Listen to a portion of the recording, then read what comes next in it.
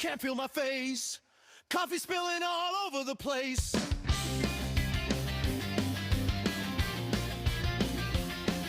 Forgot the sticks, we're turning around. Another weekend in some hockey town. With a pucked up parents, frozen toes, big hearts, bad luck. With a pucked up parents, one more tourney, one more puck. We're broke, we're loud, we love this grind. Cause our kid just scored and we lost our minds. Greetings and welcome to Pucked Up Parents. We are at episode number 16. I am Michael. I am your host for Pucked Up Parents. Joining me as always is my lovely wife and mother to a all-state varsity high school player, Sam Mauser. Congratulations, little buddy. Angela. Angela, how you doing? Hi, I'm good. You say little buddy, but he's taller than both of us. That's true. He's 6'5" and I'm 6'3". He's the man of the house now. Well, welcome everyone. We are the Pucked Up Parents. We are novice, first generation hockey parents in a non-traditional hockey town, here to tell you everything we've learned about our experience as hockey parents over the last 12 years and our trial by fire education on youth hockey. That's right. Angela's the athlete in the family, a tremendous softball player, a former gymnast. I myself suck at basketball. I suck at baseball. I suck at football. I can't play tennis. So I'm pretty much terrible at any sports. Anyway, we had two kids. They decided to play hockey. And 12 years later, here we are sharing our knowledge of a sport that we did not know about with all you parents out there. So, Angela, like we do every episode, let's talk about what happened last weekend. And my goodness, we're closing out the season. Holy cow, what a storybook ending for both boys. You wanna elaborate without going into too much detail? I know people don't want to hear about our kids, but let's share our weekend like we always do. Well, let's just say both of our kids won their end of season tournaments. Both of their teams outscored their opponents. I had the math on it a couple of days And ago, but I've lost it now. But yeah, they outscored their opponents significantly in their end of season tournaments. So big wins for both of them. The biggest win is definitely our senior in high school. His team won the state championship, thus got a bid for nationals. So that was incredibly exciting and a great weekend for him. And not to discount, but the younger one, our 12U, he won his tournament as well. They played awesome, played some pretty tough teams, but came out on top. to borrow from a great novel, the state championship was our teenager's white whale. It was the beast he hadn't slayed yet. They lost last year in the state finals in a heartbreaker. And by heartbreaker, I mean it was a shootout. So that was a tremendous heartbreaker. And this year they got to work, remedied that, and dominated the entire tournament. Henry, the score was it was 36 to I think it was like 36-6 is what our 12U outscored the other teams. And they were very evenly matched teams according to myhockey.com. Our boys just, I guess, I don't know if they wanted to want more or they were just ready to eat everybody alive because it was awesome. But awesome weekend. So we're scrambling right now to get Angela and Sam at minimum to USA Nationals in Minnesota next week, Plymouth, Minnesota. Flights aren't cheap. Gas isn't cheap, but we're making it work, and we are definitely going to do this. One more ride, one more round for our teenage high school playing son. So hope he enjoys it, Angela. Hope you enjoy it. I think that it looks like I'm going to stay back and stay with our youngest, just because the logistics aren't quite there. Short recap of last episode, and it's very appropriate coming out of this weekend of tournament victories. We talked about tournaments. What did we cover? We did. We covered all the just tournament basics. What are the tournament companies? What are their rules? What do you expect at a tournament? What are they going to try to sell you at the tournament? All of those kinds of things. Hey Angela, what did you buy at the state tournament? Did you buy any merch? Did you get a t-shirt? Did you get a hockey mom shirt? I did not. In fact, this tournament, they didn't have much. You had to pre-order the merch. Oh, So okay. when I asked about pre-ordering the merch, the teenager said, I don't want a t-shirt unless we win. And I'm like, well, I can't predict whether you're going to win or not. So I'm not ordering the t-shirt. Why not order the shirt, keep it, and if you lose it, just send it to some third world country like they do the losers of the Super Bowl. I guess I could have done that. I didn't think about it. Whatever. We did get, they gave all the kids the program. They did a really nice program book for this particular tournament with pictures of all the team, all the rosters, some advertisements and all of the first team all state, second team all state, honorable mentions, all of that kind of stuff was included in the tournament booklet or tournament brochure or whatever you want to call it. We did get that, but no other major merch at that particular tournament. And no merch at the tournament that I was at either. So, despite what we said in our last episode, we went to 2 tournaments and we weren't shaking down for merchandise. So, what unique tournaments, but again, great weekend of hockey, great tournaments we went to, and now we go into USA Nationals, the 12U he's done. So, that brings us into today's topic for episode 16. Angela, what are we going to talk about today? Well, so kind of like the tape episode, I took this as a challenge to myself. What can I talk about on hockey sticks? I know there was a million different options and variations on hockey sticks, so I really got into the weeds and want to talk a little bit about all of those different options and variations you can look at when it comes to a hockey stick. Today's topic is hockey sticks. Hockey sticks. What the puck am I doing? What do you have on hockey sticks? Go. Bare bones basics. You need to know what kind of stick you need, what's the stick material, and what's the length of the stick that you need for your player and the flex of the stick. Me being a new parent to hockey when our kids started playing, naive, dumb Michael thought all sticks were wooden, and that's not the case. So, Nope. no, they're not, and really they've fallen out of favor. I guess I'm thinking of baseball. They use wooden bats, so I thought all hockey sticks are wooden. Shame on me. They're What are they made of? not, but the wood sticks are old school, they're a little heavier, but they're way more durable, obviously. They're less likely to break than the new carbon fiber fiberglass style sticks. And I will say, especially if you have a younger player, somebody who is just learning to play, you might find the wooden sticks in the rental gear or the donation gear, which is fine, especially for the little ones that are just learning how to play. I don't know of any older players that are using wooden sticks or more advanced players that are using wooden sticks, but I just thought I'd talk about it because I know, especially our youngest started out with a wooden stick that did not have a curve to the blade so that he could figure out if he was going to be a righty or a lefty. Because as we'll talk about kind of in our next segment, the blade is curved depending on if you shoot right-handed or left-handed. I can imagine there's some probably old timer in a beer league. He's like, I don't know, 70s, like, I use only wooden sticks. I came up with wooden sticks. These kids today with their fiberglass and their plastic, I don't know, is there plastic stick? I don't know. We'll get to that. Yeah. So I got to imagine that's an old timer thing. And I also wonder what bats are made out of ash or maple. Do you have any idea what the wood is used in a stick, or does it vary as well? You're looking at me like I got a hole in my head. I don't think you know, and neither do I. I don't know, but I do know at one time Louisville Slugger used to manufacture hockey sticks. So I gotta assume it's probably the same material that they're using. And I know that they used ash for most of theirs.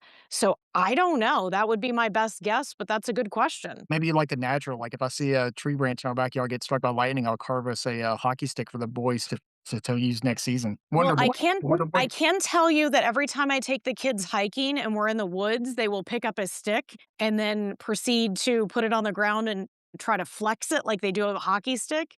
And they try to determine what flex the stick that we found in the woods is. So I don't know. Maybe there's something to that. What else you got? What other materials that Okay. you got Well, up? so as I just mentioned, most commonly nowadays are carbon fiber or fiberglass sticks, which are significantly lighter weight. They can come in a lot different flexes. I think they're a lot more high performance. They're going to be faster, provide you with a more consistent shot than a wooden stick. They're also, unfortunately, way more expensive. The sticker shock on sticker shock, no pun intended. Yeah. Sticker shock, get it? Get it? Yeah. I'm here all Yeah. night. The Ha sticker ha. shock of these things was ridiculous when we started buying them. You said like, $50, which is probably your crappiest stick out on the market, to Well, 300. and also a youth stick. You got to think And about that too. Yeah. that's true. I'm dying to know how much does it cost to make a stick? What is the markup on these things? Because the composite material in them, it's not a lot. They're hollow for the most part. They can't cost that much. I'm sure there's probably some factory at Bauer spitting these things out, as fast as possible. It's not like there's some old man whittling, again, back to the wood, whittling these things and they're homemade. But how much material? What's the material Well, cost of these things? But I think the difference is it's not necessarily the material. As we'll talk about in this episode, the different options and the different ways to set up a stick are so varied that I think that's probably part of the manufacturing process and makes it more expensive because there's all of these different options within a stick that Okay. we're going to talk about. So there's a different curve of the blade, there's a different weight of the stick, there's a different flex of the stick. There's all sorts of different options. And my guess is to manufacture that many different options, and I go back to the baseball bats. I grew up in Louisville where the Louisville Slugger factory is, and they have the specs on all the professional baseball players that use their bats. And each player has a different spec. And it's the same thing with hockey sticks. Each player is going to have different specs, and they have to almost custom make some of these sticks. So even the mass produced ones are going to vary based on all of these different options and all of these different variations that we're going to talk about. Okay, parent fun fact, Angela and I met around the corner from the actual Louisville Slugger factory. So if you're ever in Louisville and you see the big stupid bat, we met about a block from there. Of course, it was love at first sight. Angela talked about her heart rate going up last week during a shootout. I'm sure it went up the Oh, same yeah. when she met me that first time. Anyway, now let's talk about the length. As far as I'm concerned, this doesn't matter. It's how you use it. But what do you got on length? Yeah, haha. Well, so generally the length of the stick for the player should be from the floor to the chin if they're wearing skates, and if they're not wearing skates, floor to your nose. That's going to depend. Obviously, skates give you a little bit extra height. That's a good way to generally measure a hockey stick for the right length. We've seen this, and we were guilty of it too when we first let our kids start to play hockey, and we see it with new parents and IPs and even like the mites. You see these kids out there hunched over these tiny sticks that are way too short for them. They may come up to like their neck or their chest, and they're hunched over. So we talked about this in the last episode. Just make sure that thing goes up to their nose if they're on skates or up to their chin if they're not on skates. Otherwise, it's not good for them to be hunched over, and it's not helping them. And they don't have the reach, quite frankly, that they need to go after the puck. The same thing's true for a stick that's too long. They're not going to be able to puck handle appropriately if the stick is too long. That's another issue. We sent our kid out there with a too long stick at one point, and they're like, "You got to cut that," and we were like, "You got to what?" So once Henry got to skate the, intermission at our ECHL game at the Cyclone, so it's a big arena. Again, going back to our forgotten equipment episode, uh, I packed everything up, took it down there, and when I got him on the ice and handing the stick, I realized it was his brother's stick, which was super long. So Henry was like 4 or 5, but he was furious with me, and he had so much trouble out there in front of all those fans in an arena to, actually play on the big guy's ice, and I felt awful. So again, shame on me. Another pucked up parent moment from Michael Mauser. That's always an issue, especially when you've got 2 kids that are 6 years apart and they've got the same stick, but one is significantly longer than the other. But I will say too, our kids both play defense and they like a stick a little bit longer. They have a little bit more range than maybe a forward would for better puck control. But typically, the difference in a forward and a defensive player that are the same height is only an inch or two. It's not significant. But just to note that if you've got a player that leans towards one position or the other. So I see you had the breakdown here of all the links. Do you wanna go through all of those, or what are you Well, thinking I here? just want to mention that standard sticks come in kind of standard sizes. It's going to vary some by brand, but a youth stick is usually considered for kids ages 4 to 8. And then you have junior size sticks, which are generally ages 7 to 12, somewhere in there. And again, it's going to depend on the height of your player. And then the intermediate sticks going to be, your kind of more teenage player, 10 to 15, and then a senior stick is gonna be your kids that are 14 plus, so as they get taller. A couple questions for you. You're the expert. I'm clearly the novice in the family. But in your opinion, when your kid starts out at IP or starts at the beginning, are you spending money to buy a stick already, or are you just kind of like letting them feel it out? How soon should you buy a stick for a kid? Kids grow fast. Let's say I have a 4 or 5 year old. Am I putting them on the ice with a borrowed stick from the rink, or do you think I should go buy a new one for the kid? I mean, I think it varies. Both of our kids started with rental equipment from the Learn to Play programs, and we bought sticks, I think, once they started kind of in that mite team era. And at that point, I think I was buying, the cheapest stick I could get my hands on. Because really, at that younger age, they're not going to get flex on the stick as they're shooting. It's really more of just putting something in their hands so they can get used to the feel of play. Really, a lot of these factors that we're going to talk about with the flex and the type of sticks that you get and all of these other variations on sticks aren't really going to come into play until they're more, I guess, serious hockey players where they're getting more competitive. My other question was the cutting of stick. I can't recall the last time our kids cut a stick. And I've seen you and I play the game of, okay, it's a little bit above Henry's nose where it's a little bit longer, but we're going to gamble here and assume he's going to grow a little bit and just leave it as is.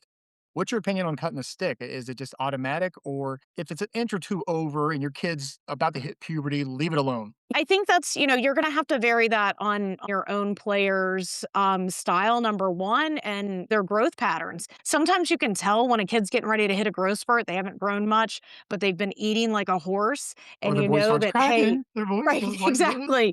Hey, they're gonna hit a growth spurt. And I think our oldest one summer grew like 4 inches. At that point, that's where you kind of as a parent, you start noticing those things and you're gonna notice, hey, this kiddo is gonna hit a growth spurt.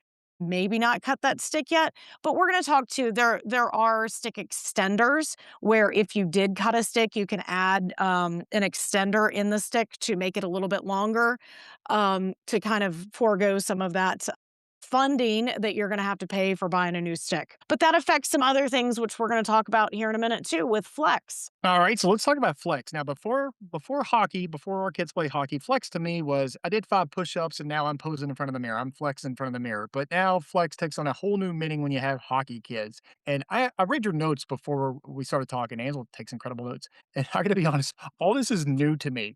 I didn't know any of this before we recorded this episode. So let's talk about flex. I'm sure, much like me, there's a lot of parents out there that are like, oh, yeah, flex, a 50 flex? Totally. Yeah, sure. I don't know what that means. Yeah. Okay. So flex is essentially how bendy is the stick? How much does it bend? How much pressure do you have to put on the stick for it to bend?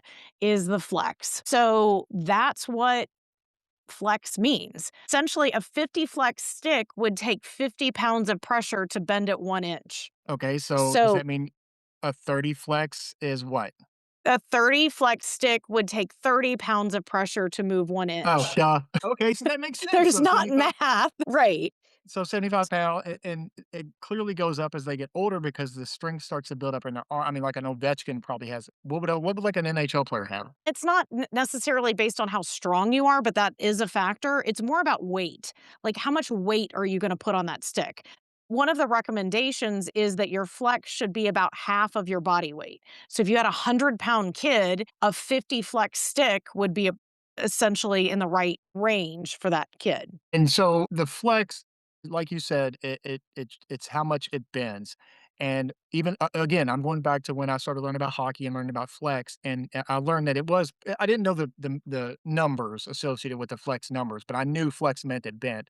And it was wild because you see these still pictures of these kids and even NHL players, and you see them taking a shot, and that stick is warping. It looks like it's curved. If you try to do that, just shaking it yourself, you can't see it. But in these still pictures, they're actually bending. That's the bend you're talking about, right? I mean, that's the Right. bend. That's exactly what I'm talking about. And that's the bend. And so you wouldn't want a 100-pound or a 150-pound kid using a 30 flex stick because they would break it. But at the same time, you wouldn't want a 50-pound kid using a 100 flex stick because they wouldn't be able to get Never that bend it. bend in the stick to get that shot off appropriately. I gotta be honest, at first, I thought it was dumb, just stupid me, like, you know what, how you take a pencil and you shake it, and it looks like it's bending? I thought that's what was being Jeez. I thought that was being captured in the picture, but after I learned about flake, I realized, oh, no, it's really bending, it's not an optical illusion like Right. a pencil trick. Right, it's really bending, and that's where some of the power from the shot comes from, is from the flex of the stick, and we'll talk in a few minutes about the curve of the blade, and that also produces some of the velocity on the puck with a shot. I'm such a moron. I can understand if you wanna unsubscribe, I'm so stupid when it comes. 12 years. I mean, 12 years. I have a college degree, by the way. I'm a certified firefighter, but when it comes to sports, man, I am an idiot. We mentioned earlier about cutting sticks and adding a stick extender. So by cutting a stick, you're actually going to make the flex change and it's going to be a stiffer stick if you cut it because you've now adjusted the length of the stick. It's going to change the flex. So by cutting a stick, it's going to become stiffer and it's going to the flex is going to go up. But if you add an extender to a stick, it's going to become more flexible and the flex of the rating on the stick would go down.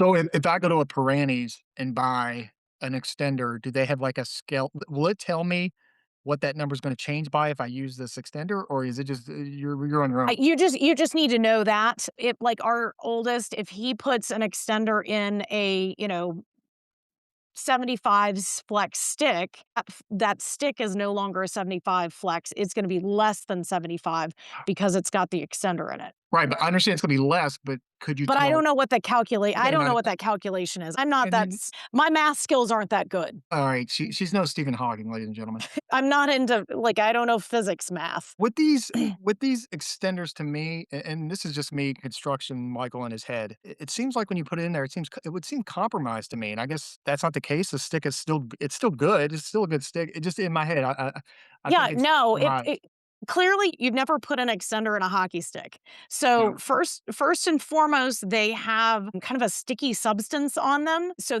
it almost adheres to the stick when you put it in the end that you have to heat up so that you can actually get it into the stick and get that extender to attach. It's not going to compromise the stick other than changing the flex on it.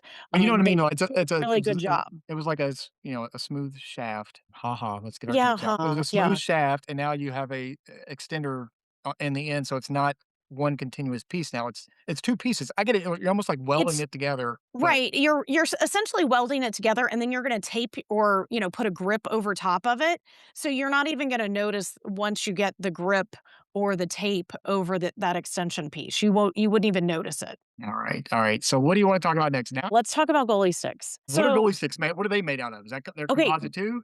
yeah, I think the goalie sticks are composite too, but they're made for durability. They're not made the same as a player stick at all. And they have little to no flex to them because they're not made for taking shots.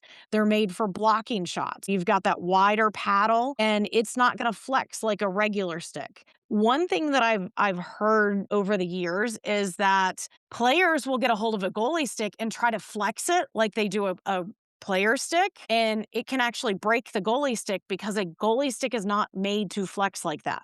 So don't Eh, let your player try to flex the goalie stick is what I'm saying, because right. it's very possible that it would break because that's just not how a goalie stick is made to work. Well, let's be honest. It doesn't. The goalie stick doesn't flex, but the goalie flexes because man, they are squatting and butterflying and everything else. What's the? Do you know the cost? Are they more expensive than our kids' general sticks? No, actually the goalie sticks are less expensive from God, what goalies I've seen. again getting away with I mean, other than the pads, Oh, well, cheap stuff.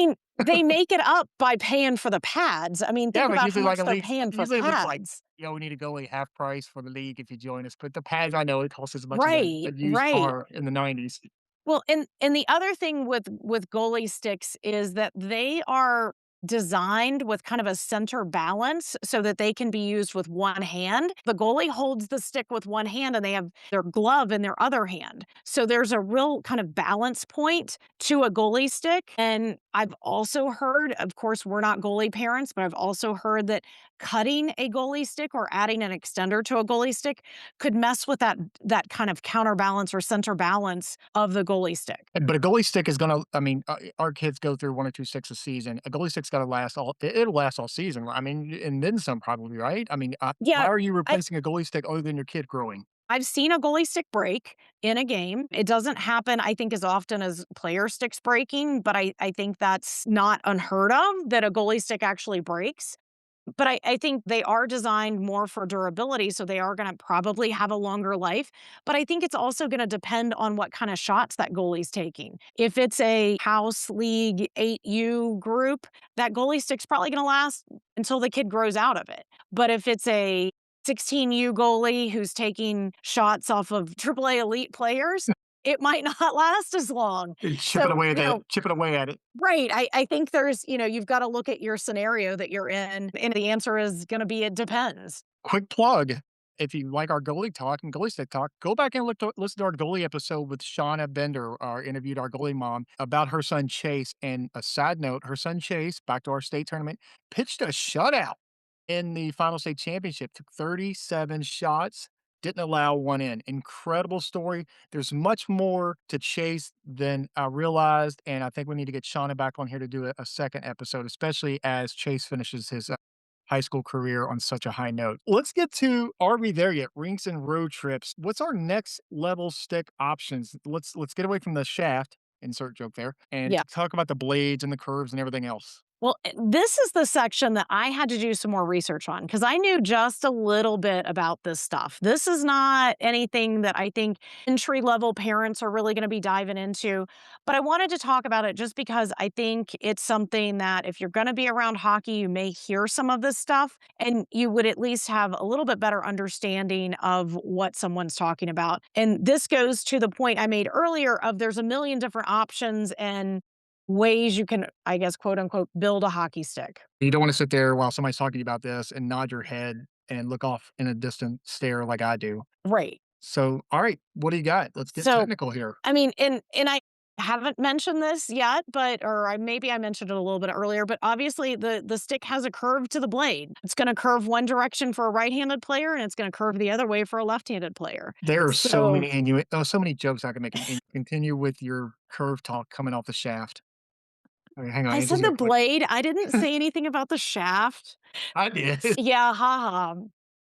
There's the curve of the blade, there's the lie of the blade, and there is the kick point. Those are the things that I'm gonna hit on, just high level info here because this stuff can get really, really technical. Can I ask a quick question about the blade?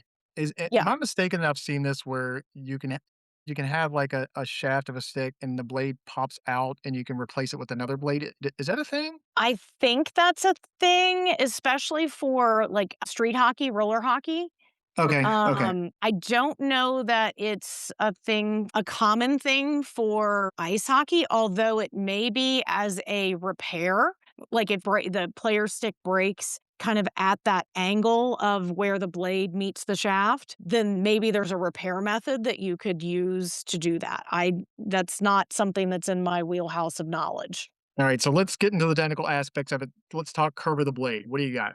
Again, as I mentioned earlier, just like professional baseball players have their specs for their bats, hockey players have their specs for their sticks. And some of what I'm going to talk about is how the common manufacturers, the common brands of hockey sticks will determine what some of their products are. They base it off of some of the specs of the professional players. The first one I want to talk about is the curve of the blade. Like I said, the blade's going to curve one direction for a right-handed player, curve the other way for a left-handed player. And that curve, how it's curved, how much it's curved, and where it curves will affect puck control, the spin of the puck coming off of the blade, and the power of the shot or the pass. And so some of the determining factors that you would want to look at in deciding where you want that curve is going to be the position of the player, whether they play forward or defense, the style of play, and then, of course, personal preference. I think a lot of this stuff comes down to personal preference. And so what I'm talking about is the blade can curve, the curve of the blade can start closer to the heel where the shaft meets the blade. Insert your joke there. A heel curve is where the curve starts closer in the first third of the blade nearest the shaft, which is really good for slap shots. It's really popular for defensive players. And then obviously the opposite of that is a toe curve. The curve of the blade is in the end third of the blade closer to the toe, which is apparently good for puck handling, quick release shots, and really popular for forwards. And then obviously there's the middle ground, which is a mid curve, which is exactly what it sounds. The curve's more towards the middle of the blade. The mid curve is not really a preference. It doesn't seem of it. It's a forwards use that the toe curve. The defensive guys use the heel curve, and the mid curve is just kind of out there for either one of those, depending on their preference. Exactly. And you'll see when you're looking at specs of sticks online, different numbers associated with this, and every brand has different numbers. Like there's a P92 and there's all sorts of different numbers and whatnot associated with the curve of the blade, and it's going to depend on the manufacturer. And again, a lot of those are based off of professional player specs. So just something to kind of note and be aware of if you're in a conversation or you're overhearing a conversation, there is different curvature of the blade. Just something to be aware of. There's also, I didn't really know this, and maybe I've seen it and it didn't register with me. There's a different shape of the toe as well. Most hockey sticks are rounded toe. The end of the blade is rounded, but some are more squared off. And I didn't know that until I was researching this. Like, Fred Flintstone square toes, like Yeah, that? Fred Flintstone. Yeah, Fred yeah, Flintstone. definitely. Fred Flintstone So, too. is there an advantage between the round versus square? What I was reading is players that are kind of battling on the boards, that the square toe is good Oh, for it fits battling on the fits boards. flush up against the S board. Yeah, so I Yeah. I guess that would be the reason. That makes sense to me. I don't know that if I've seen a square-toed blade or stick, I don't know that I've recognized it or maybe just thought, "Hey, that's different." I don't know that I ever registered that. So, interesting fun fact. We talked about this a while back, but it would be awesome to have like a Mythbusters or Sports Science do, and maybe it exists where they do like whether all of these blades variations actually work. I gotta assume they actually Yeah. work. I gotta assume there's some guy in a lab at Bauer developing these things in a wind tunnel. It's like, oh yeah, the curve and the curvature that makes a puck spin 30 degrees faster. Well, honestly, I think it's the professional players that are figuring that kind of stuff out. Like recently, we got our oldest a new stick. He likes the Pro Stock sticks, and because he's so tall, extended length Pro Stock sticks are seem to be what he likes. Well, he got a new stick, and it was a custom curve based on whatever NHL player overstock of his stick. And he was like, "Oh, this is a custom curve and it's a, blah, blah, blah." He rattled off whatever the number and the name and the player and all of that. So I think that's where the testing comes in. I don't know that there's been a Mythbuster style, um, product testing on this, but it would be interesting to see if there was. Let's talk about the length of the blade. Does that vary? Apparently it does. And I even found that there's regulations in the NHL that Can't the imagine so. I max. thought it was like a 6 foot blade and nothing getting past me. Yeah, so apparently the maximum length of the blade in the NHL is 12 and a half inches. So, Oh, another fun fact. I would totally be banned from the NHL with the size of my blade. Oh, yeah, you totally would. But I guess that's one of those trivia facts. Next time you're at trivia night at the local bar and they ask that question, you're gonna get that right. Alright, so 12 and a half inches is the length, but the standard S is s roughly what? 8 to 9 inches, it 8 to 9 seems inches? like it's more of a standard. And, what I found too is that a shorter blade is obviously easier for puck control. Longer blade is gonna be better for a power shot and easier pass control just because you have more surface area to work with. In your opinion, size does matter. Yeah, size matters. I mean, anyway, back to the blades. You have this down on the next bullet point, a lie. Lie to me, Angela. What's a lie? And it's A l spelled Lie, not It LYE like the is. chemical compound, LIE, like I'm lying to Angela that, I'm totally S awesome. It's the lie of the blade. It refers to the angle that your stick is when the bottom of the blade is flat on the ice. Picture the hockey stick. It's kind of in an L shape. Right. Okay, so if It the doesn't lay flat on the angle ice. so if it lays flat on the ice and then the angle of the stick coming off of it is either Oh, further out so your what is it? Your obtuse angle it's a greater angle between the shaft and the blade. oh, okay. Just don't be so obtuse. How could you be so Right. obtuse? Remember Shawshank Redemption? How could you be so obtuse? But Yes. yeah, it makes sense. The sticks on the ice and the angle of it going up. I mean, who knew all the variations for a silly ass stick that hits a Right. puck?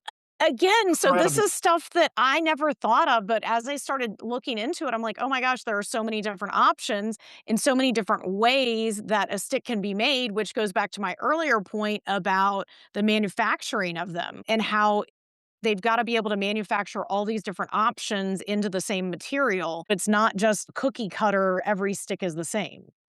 All right, and your next one I see, we have closed face versus open face. Now, when I think open face, I'm thinking of the Big Nasty at McAllister's, the old open face roast beef sandwich. Any comparable reference there, or is this something completely different and I'm a Uh, moron? yeah, completely different. It's talking about the blade being kind of angled more like think of a golf pitching wedge, a golf club, the wedge Are you golf thinking like up club. and down like that? Yeah, so, like yeah, Okay. angled. Yeah, so, like, some golf clubs are flat and they hit the Okay. ball further, but then the angled golf clubs hit the ball up higher. It's the same kinda idea, and it's a slight variation on the blade and how it's angled. A more open blade is gonna allow for an easier lift of the puck, so top shelf shots. Okay, and the more angled it is, it's more difficult to get that lift. Right. The flatter the blades, the less angled it is, the flatter it is, it's gonna be harder to get that lift on it, but it's gonna be better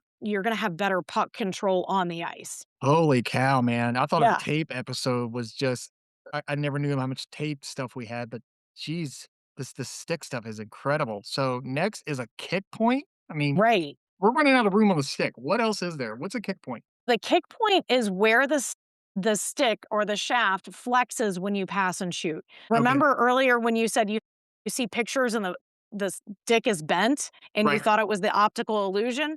Well, it's not an optical illusion. We've established that it actually bends. Where does that stick bend? Does it bend high on the stick, closer to your upper hand, or does it bend lower, closer to the blade, or does it bend somewhere in the middle? For this purpose, if you had that picture of that bent stick, Yeah, I know you what you mean. can yeah. Where it would be in So the it's in the shaft, right? I mean, somewhere right, up the and sh down the shaft. it's where the shaft is manufactured to bend, essentially. A lower kick point on the shaft is better for quick shots, wrist shots, one-timers, a kind of real quick shot, whereas a mid to high kick point is gonna help increase the load when you're shooting. It's really good for, like, slap shots and power shots. All of these specs that we talked about, kick point, I know flex is there. Yeah. All these specs are listed on the stick when you I mean, they're probably on the stick when you buy them or like there's a Yeah, like, sticker if that you says, go on "Here's the the I know I've seen yeah, the flex like, I've seen the flex cover, yeah. but it says kick point is X and So versus if you Y go and yeah, if you go on a manufacturer's website, it's gonna give you a lot of these specs. Again, like the blade curvature and stuff, they all have these wacky numbers that are associated with them. You know, there's like P92, something 888H, and all of these I gotta different numbers. I gotta imagine the spec page of these things look like an algebra homework problem in high school with all the X's and the Y's and the numbers and the Yeah, flexes I and mean, there's literal charts on this stuff. And you can go like say for instance the Bauer website and look up the chart of all of the different blade curvatures and what their numbers are and which one of their, I guess, model sticks has which one of these different options on it. And I think they're probably more limited for the kind of younger age groups. You're not going to see as many of these options. But where I really started to learn about this is when our oldest got to that senior level and we started looking for those extended length sticks. And I realized how many options there are and to the point where I won't even try to look for a stick for him anymore because he knows what all of these options that he wants, and there's just too many of them for me to filter out. you're gonna find as your kid goes from, 7 years old up into high school, they start to get those preferences. They start to know what they want, and they have to tell you, and then you get to where we were at in our senior year, we're like, "Okay, you need to tell us what to get because we don't know." But Yeah. it's good. It's good they learn what it is. Yeah. Anything else about these stick options? I It's a mean, lot. So many there's some options. there's so many options. There's different colors, different finishes, glossy finish, matte finish, textured finish. I mean, you could go absolutely crazy if you were going to customize a stick. And it's absolutely wild to me how many different options there are. But when I started thinking about it in terms of professional baseball players and their bats and the specs on the bats, it's pretty similar to that. To me, that was an easy correlation. It might be for others, but just know that there's a million different options out there. Don't get overwhelmed with it. If your player likes something, maybe stick with it. If it comes to a point where you need to try something else, try a teammate stick, things along those lines. We've done that to try to determine. I've also been reading a lot about refurbished sticks. There are companies out there that take sticks that are broken and repair them. We've never tried that. I'm really curious about that. And we've got some broken sticks in the garage that I might try to send off to see if how that works, just because I'm really curious about it. But just know that that's an option out there too. And maybe we can do some more research and do some more testing on that on our own and find somebody to get on the podcast to talk about it. And again, we've talked about tape and wax. That's another episode with the tape and the wax. So we're not going to go into that into this episode. Just go back to the ever famous Angela's tape episode, which has got a ton of downloads, by the way. But anyway, shout out to our wax companies, Willie Wax. They actually shipped us some wax yesterday, so I'm anxious to get that. And I can't believe you want to take my broken sticks. I'm gonna make a porch swing out of that one day. All these broken sticks. I know. I wanna do something with all the broken sticks too, but I also wanna check out this repair refurbish situation because I think that's could be interesting in it. I'd like to do a test case on it and see how it works so we can kinda report back. And if anybody out there that's listening has done that or you have any, connection to that, let us know because I'm really curious on that. And there's lots of other sticks out there. There's the mini sticks. There's the mini sticks that McDonald's has in Canada now. That's all the rage. And there's roller hockey sticks. We're not going to go into all of that. Let's move on to life moves pretty fast reflections. Angela, what's your reflections on sticks? I mean, I have to think about, sticks breaking. It happens. Sometimes it happens a lot, and sometimes it happens at the worst possible time. And like you just mentioned, we have a collection of broken sticks in the garage, and I really do want to build something out of them. I don't know if it's going to be a porch swing, but I think we can do something pretty cool with those. And I've seen some things on different websites of people building things out of old sticks. So here's my shout out. If anybody has suggestions, I'd love to hear. I want some ideas because I think that's something that I want to start tackling this summer with those broken sticks. And how about build a hockey stick out of a broken hockey stick and save us some money Well, on buying a new stick? that's where the refurbished sticks come in. And we've seen these things break in every manner. We've seen them caught in the boards and snap. We've seen them snapped over kids. And the biggest one that drives me crazy is angry kid. An angry kid slamming that stick over the goalie net and snapping it. If I was a parent, somebody would get yoinked off the ice pretty quick if they broke a stick out of anger. Yeah, we have seen that a lot. Kids, they'll whatever happens on the ice and they slam it down on the ice or they slam it over the boards or whatever, and that stick breaks. And that's where I go, oh no, that's a hard no for me. Yoink! So yeah, thankfully none of our kids' sticks have broken that way. We've had some that have just gotten I don't want to say worn out, but they lose their I don't know. They lose their mojo, just like a aluminum baseball bat. I played softball. It was, you got a dead bat. We've had some dead sticks. So yeah, it's always crazy, but it's part of the game, and you got to roll with it and figure out what makes the most sense for your player and for your family. You know what helps with dead sticks? Viagra. Jeez, that was What's your bad. let's get to your tip of the That was week. bad. What's That your was tip of the week? bad. What's your tip of the week, Um, Angela? my tip of the week is don't get overwhelmed with this stuff. I know we just went through a lot of different things and different terms and options when it comes to sticks, but don't get overwhelmed with it, especially if you have a new player. Pick something. If your player likes it, go with it. If your player is a defensive player and they like a shorter stick and it works for them, go for it. Just because the recommendation is XYZ doesn't mean you have to do that. Go with what works for your player and for you. Based on their surroundings of being around other kids, other players, other coaches, they're gonna evolve into their stick preference. It's not gonna be you to determine that. They will evolve and they'll tell you what they need. To Angela's point, yes, don't get overwhelmed by it. Seek out help, but your kid's gonna tell you what they need, especially as they get older. And I think you mentioned earlier, they're going to borrow a stick from a teammate at some point, and they're going to be like, oh, I really liked that stick that Johnny has. Next time I get a stick, I want to get one like that. Those kind of things happen too.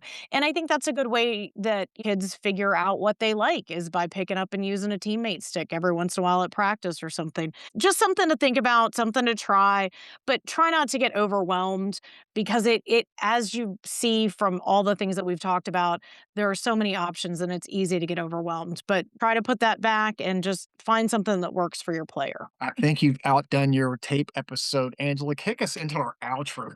Well, I know you like to do a small business shout out, so I will let you do that before we get into all of the other fun stuff. Yeah, shout out if you need a stick and we support small businesses, go to allhockeysticks.com. Have Bailey hook you up with some sticks. I've heard great things about these, and we're thinking about ordering one for Sam just to try out. But allhockeysticks.com. Bowers are great, CCMs are great, but I think we should, support small businesses out there. And he does custom sticks. He's got some standard sticks, and then he has some ways that you can create a custom stick. So if your player is really into all of these different options that we just talked about, I think that's a great way to go about it. So Yep. definitely check that out. For everyone else, please follow, subscribe, share. Thank you so much for listening.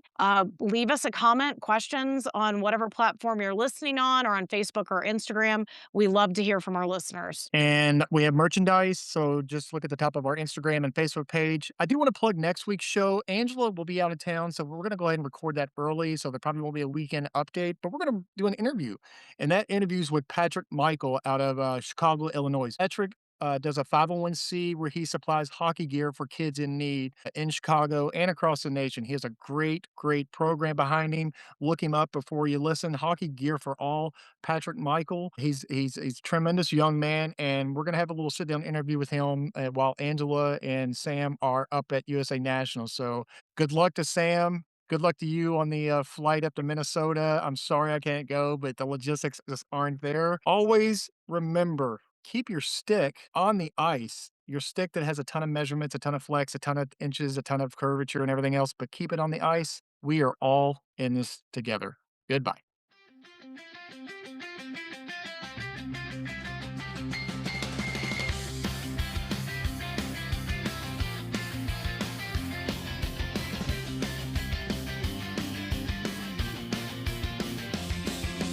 Out before dawn, can't feel my face. Coffee spilling all over the place.